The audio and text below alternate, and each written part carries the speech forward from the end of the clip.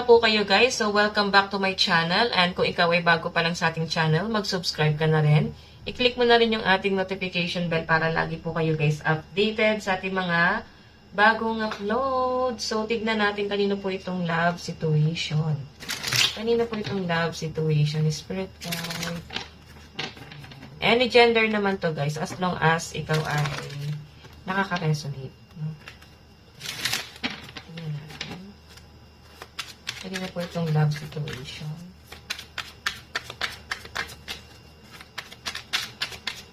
So, meron tayo, wow, origin. Kung anong tinanim siyang bunga. Diba? Mas, yung iba sa inyo guys, maaaring may mga single mom, single dad dito, no? Hirap kayo guys magtiwala ulit. Ayan. Kasi nga, minsan na kayo guys nagkamali. So, nandun kayo sa point na nag-explore kayo. Kahit parang pag may dumarating sa inyo guys, hirap kayong pagkatiwalaan yung tao yun. Okay, ayan o. Meron kasi guys lumalapit sa inyo rito guys. Parang kaya kanyang panindigan. Okay, and walang issue sa kanya guys. Kung anong mang klaseng, kung ano man yung mga pinagdaanan mo from the past. Kasi internal love eh. Ikaw na yung nakakita niya dito guys sa forever niya. Okay, tanggap na tanggap ka ng taong to guys. So, tignan natin. Kanina po itong love situation. So, meron po tayong goal. Naku, parang nabuhay itong taong to guys, no? Nung nakilala ka ng person na to guys, parang nagkaroon siya ng plano sa buhay, naging goal-oriented tong person na to guys. And, so nakikita ko, iba sa inyo guys, kung ikaw naman ay wala pang anak, siguro kababata mo siya. Okay, kaklase mo ng high school or college, tapos kayo rin guys yung nagkatuluyan.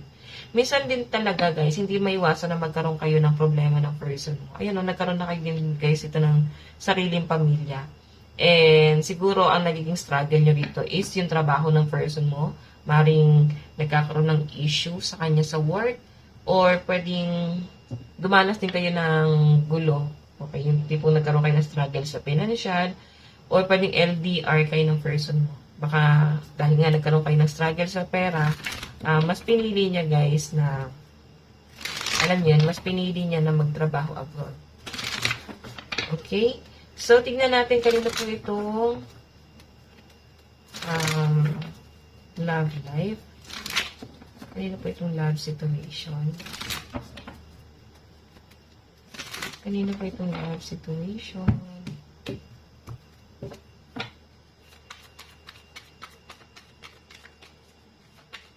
Kanina po itong love situation. So, guys, meron tayong, baliktad yung card natin. Two of Pentacles in reverse. Okay, King of Swords. Three of Pentacles. Oops. Wait lang guys, no? Medyo magulo yung isip, no? Isipan mo o nung person mo. Kasi nagkakagulo yung card natin. Okay. So, may lumabas kasi guys na family. Maaari ang nagiging struggle nyo na ng person mo is yung kanya-kanyang pamilya. Pamilya niya, pamilya mo, or nagkakaroon kayo ng mga kaaway sa mga kamag-anak. Ganyan, di ba? Minsan may nag-aaway-aaway sa mga kamag-anak. Lalo na pagdating sa ari-arian. So, siguro meron kayong ayusin ng person mo pagdating sa mga ganyan, sa mga ari-arian nyo. Okay, or pwedeng sa inyong mana. Or pwede itong person mo, guys. Meron siyang ayusing pamana sa kanya. So, tingnan natin. So, meron tayong Six of Pentacles. Maayos naman din, guys, no? Kasi itong nakita ko, maaaring yung person mo, willing siya talagang mag-provide talaga sa inyo. Pero, syempre, ikaw, dahil nga wala ka ng tiwala sa person mo, napag-iisipan mo siya na meron na siyang iba, meron siyang ibang piniflirt, or yun guys yung nagiging issue, no? Yung selos, ito yung sumisentro sa inyo ng person mo kung bakit hindi kayo totally nag-work. So, meron tayong Two of Swords. May mga naguguluhan ngayon. Naku, mahirap yung ganito guys, no? Iwas-iwas tayo masyado sa pagde-demand. Pwede ikaw yung nagde-demand o yung person mo. Kasi dami ng demand guys, hindi lahat kayang ibigay nung isa.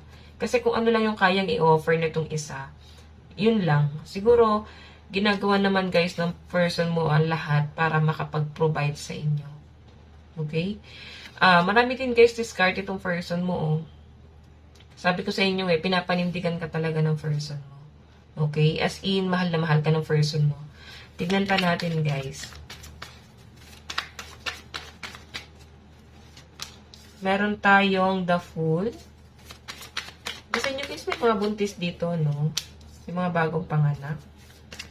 3 of Wands. May nag-aantay. Siguro nga guys, nasa abroad to, no? Para susundin mo sa effort tong person na to. 7 of Pentacles.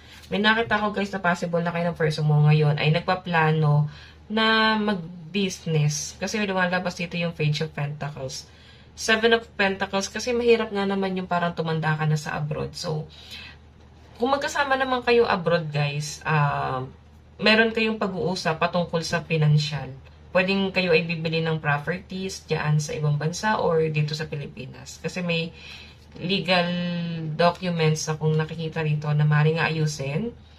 Ayan. Iba sa inyo guys, maaaring may opportunity na darating sa inyo kaya parang may pag-relocate sa ibang lugar. Pwedeng yung trabaho mo kasi mas malapit doon. So, maaaring kayo ay lilipat ng bahay. Okay. Ayan, nakikita ko lang dito guys, no? Kasi sobrang okay naman kasi guys talaga yung relationship. Meron lang kayong inaantay ng person mo process. Yung iba naman dito guys, kung kayo ay nagsasama, siguro yung person mo ay may nauna ang asawa or pwedeng ikaw kasi may divorce ako nakita rin dito na inaantay na ma-process. Or pwedeng ikaw na sa Pilipinas, makakunin ka ng person mo, inaayos niya lang yung visa nyo. Okay, baka foreigner siya o mas matanda sa inyo. Okay? So, tignan natin guys, ano ba yung mensahe sa inyo ng person mo? Okay, mensahe ng person mo. Then, tignan natin mamaya yung future. Mensahe sa'yo ng person mo. Kasi parang nadadown tong person mo. Hindi niya kayang i-provide sa lahat. Minsan nagigilty siya na hindi niya napapabayaan. Kanya, ganun. So, tignan natin.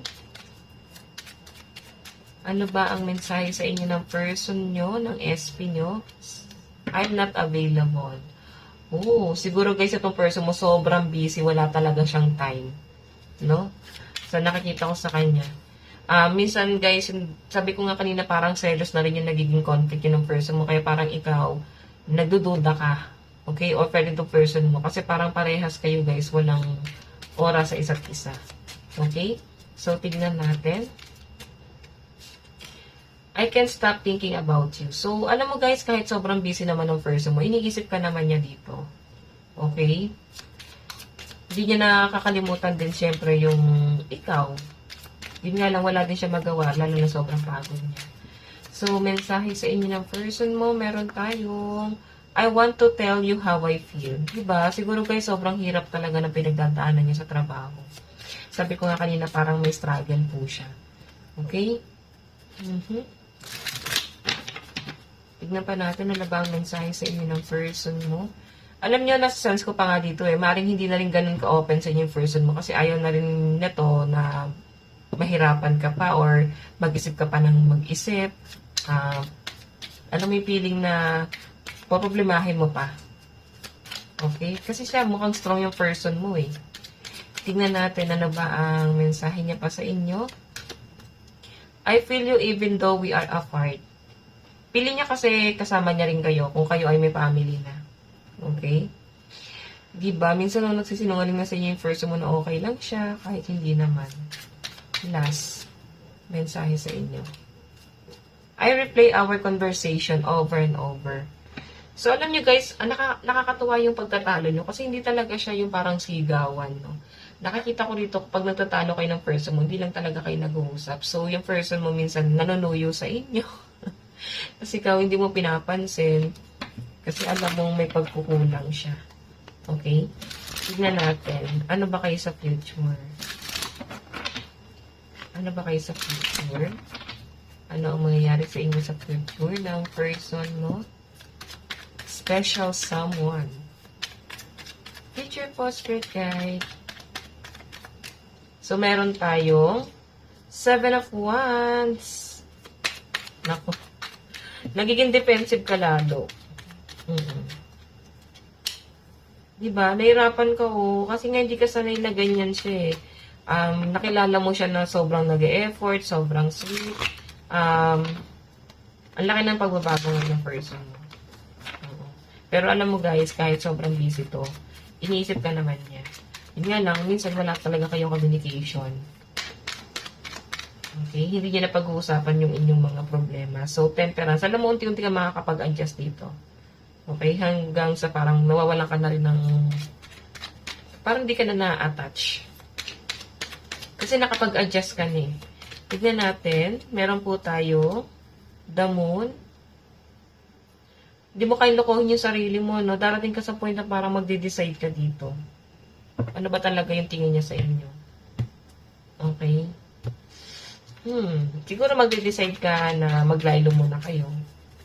Kung kayo naman ay hiwalay, nakita ko maayos din naman to guys. Parang tampuhan siya. Ilang araw na lang din nag-uusap. So, tingnan natin. Sa future, ano po ang magiging ganap? Meron tayong 9 of Pentacles. So, maring ikaw, wala kang trabaho. So, depende ka kay person. Pero nakita ko guys, possible na ikaw ay magtatrabaho din soon.